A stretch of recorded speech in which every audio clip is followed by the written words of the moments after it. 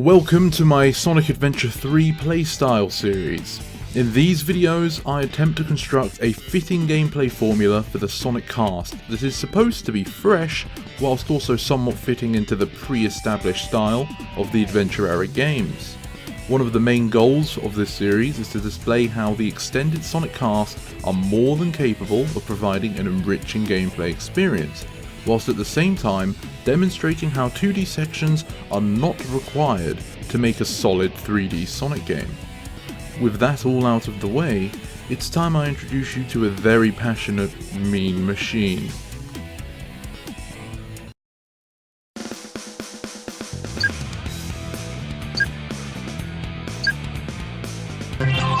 Activation ready!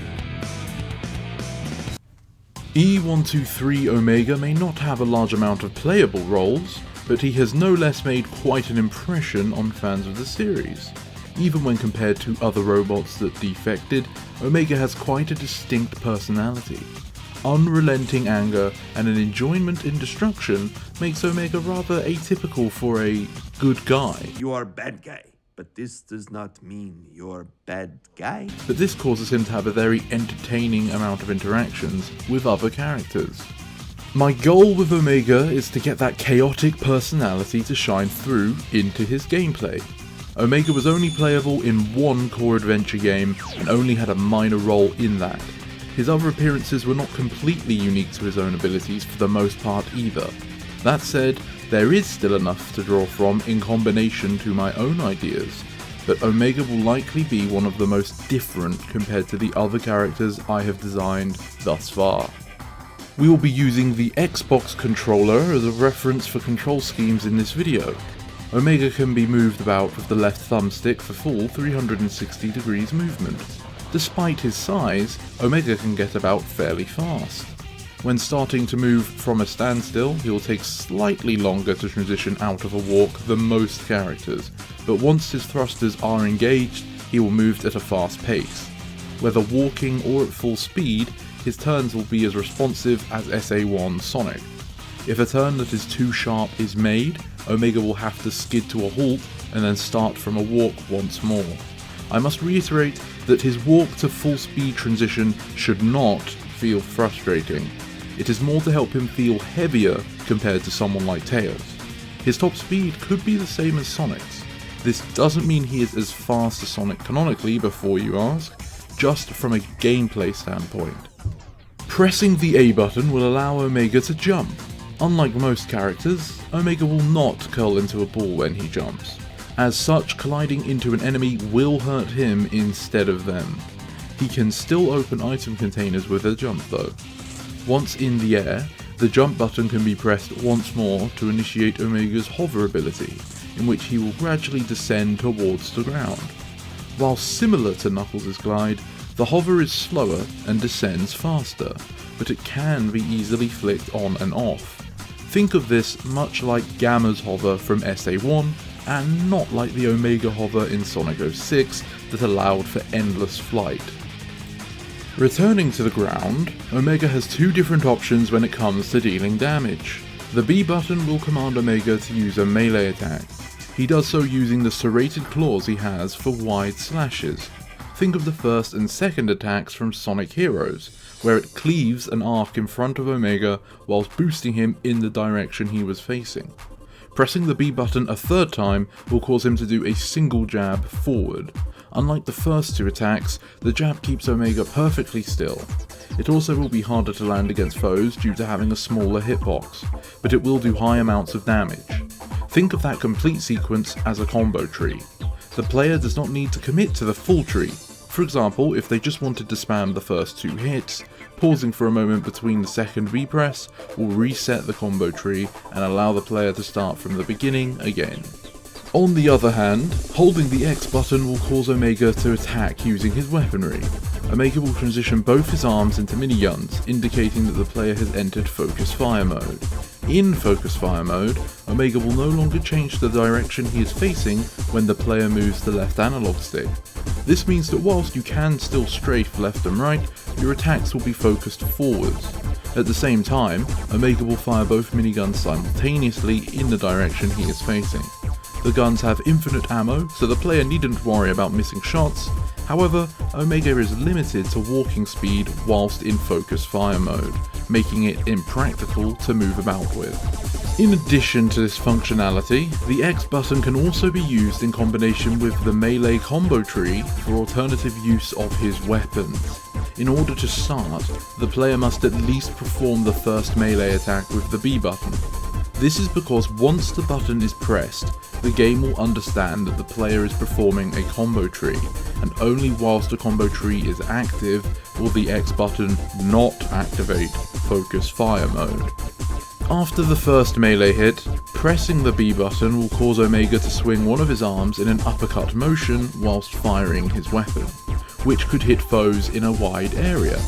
Pressing X once more for the third step of the combo will cause Omega to spin about on the spot while shooting both weapons, much like the final combo strike from Sonic Heroes. So to reiterate, that sequence would require the player to press B, X, X. If the player wants, they could mix the order up a bit. The only rule is that B must be the first button pressed in the combo. So an example is the player could do the first melee attack, then the uppercut minigun, but then end with the claw jab, which means they would have pressed B, then X, and then B again. Hopefully that didn't confuse you too much. The idea is that not only does this allow Omega to attack foes with some variety, it also gives the player different options to consider how they want to approach a fight. However, these are not the only options Omega has at his disposal. Whilst in the air, pressing the X button will fire Omega's weapons in the direction he is facing. Whilst he does so, his thrusters keep him suspended in the air, much like when firing a gun in Shadow the Hedgehog. Pressing the B button for a melee attack will cause Omega to turn one of his claws into a drill and then boost diagonally downwards. This can be used to break certain floors, hurt enemies, dodge attacks, or close the gap between you and an objective. Once this dive is initiated, the player cannot do anything until it lands. So, to recap, Omega can perform a few variations of combo trees by combining B button melee attacks with X button weapon attacks. He can also enter the focus fire mode, in which his movement is slowed, but he can unload mass amounts of ammunition. If in the air, he can fire his weapons without losing height, or he can make a diagonally downwards dive attack. His jump does not curl into a ball or protect him, and he can hover in the air. His movement is responsive, but he takes a bit longer to transition into a run, and his top speed is comparable to Sonic. Working alongside these controls are a set of mechanics to help give Omega's playstyle that feeling of a war machine. Omega is a simple robot. He wants to destroy as many Eggman creations as he can, and isn't interested in much else. This will be reflected in what I have dubbed the Carnage mechanic. Basically, there will be a meter on screen labelled Carnage that acts as a representation of how excited Omega is. Destroying enemies, getting items, or doing anything else that would increase your score will in turn also increase the Carnage meter. In some ways, it functions like the time over mechanic of Gamma in SA1, where if it ever reaches 0, Omega gets bored and the player loses a life. Score gain does not translate directly into Carnage meter. Much like the SA1 Gamma missions, different things have predetermined amounts of Carnage they will reward. Enemies that have large amounts of HP will inherently reward more Carnage when defeated, but also racking up a high score combo will as well. The score combo is simply when you perform multiple actions in a short amount of time that increase your score, much like in Sonic Adventure 2, that will then give you a rank like Awesome or Amazing. Those score ranks will have predetermined amounts of Carnage to reward the player if reached. As such, the player is encouraged to try and defeat as many foes within a short amount of time as possible. The names of the score ranks would probably be more fitting to Omega though, such as Powerful or Menacing. Additionally, whenever the Carnage meter is maxed out, Omega will be able to activate a super move. To do so, the player simply presses the right bumper, and as long as the Carnage meter is full, this will cause Omega to unleash his full arsenal. Omega will be invincible whilst he opens up his metal plating to reveal salvos of missiles and bullets in a large area around him for massive damage. Afterwards, the carnage meter is set to about 50% full.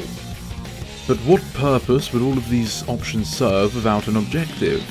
Omega isn't too concerned with saving the world or doing the right thing. No. Omega is driven by his rage against the Eggman and his empire. All of the mad genius's inventions must be destroyed by him. To this end, I have devised two separate types of mission objectives for Omega. These would be intended to both be a part of an Omega story mode, taking turns and keeping gameplay fresh. The first of these missions takes after the next stages from the adventure games, but most specifically E123 Gammas. The main objective is to reach the end of the stage, which will conclude with a boss fight against an Eggman robot. The pressure of time overs, thanks to the carnage meter, will spur players on to complete the stage as fast as they can, whilst rewarding those who find creative ways of taking down foes to maximise their score. In terms of how this type of stage may be laid out, I'm thinking something of a blend between Gamma from SA1 and Sonic Heroes. The stages would be rather linear, with a very clear direction to travel, but it would still have a few platforming challenges with multiple ways of passing through.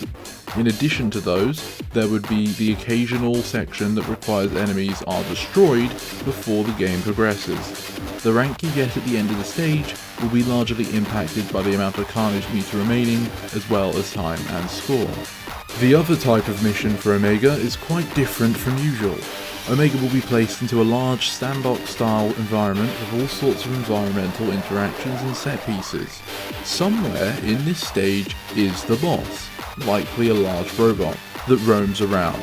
The player will need to locate the boss and then take it out to complete the stage. However, they still must contest with the carnage meter running out.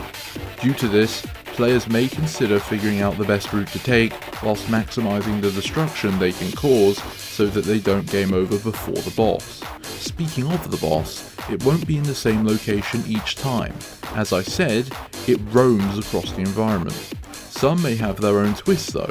Maybe one won't appear until Omega destroys something first, or maybe there could be a boss that's always in the same place, but the route to get there always changes. The best comparison I could make to this idea would be the Monster Hunter games, although the gameplay is different. Furthermore, Omega is a perfect fit for the character upgrade system. He could have items that improve his base controls, perhaps normalizing his startup speed. There could be an experimental boost module where, if Omega maintains top speed for 3 seconds, he will glow, indicating that pressing the B button will cause him to do a short, invincible charge. The greatest use for this though is new weapons.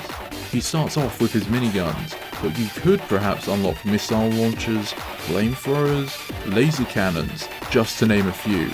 Once unlocked, these weapons can be cycled through during gameplay by tapping on the D-pad. Maybe you could even switch weapons mid-combo for more creativity. Either way, I think it is clear that there is a lot that can be done with Omega in this regard. But that makes up all of my ideas I had for E123 Omega, should he ever become playable in an Adventure Formula Sonic game. Personally, I really like how this turned out. I genuinely feel like this truly encapsulates Omega as a character, rather than how he controlled in Sonic 06. How about you?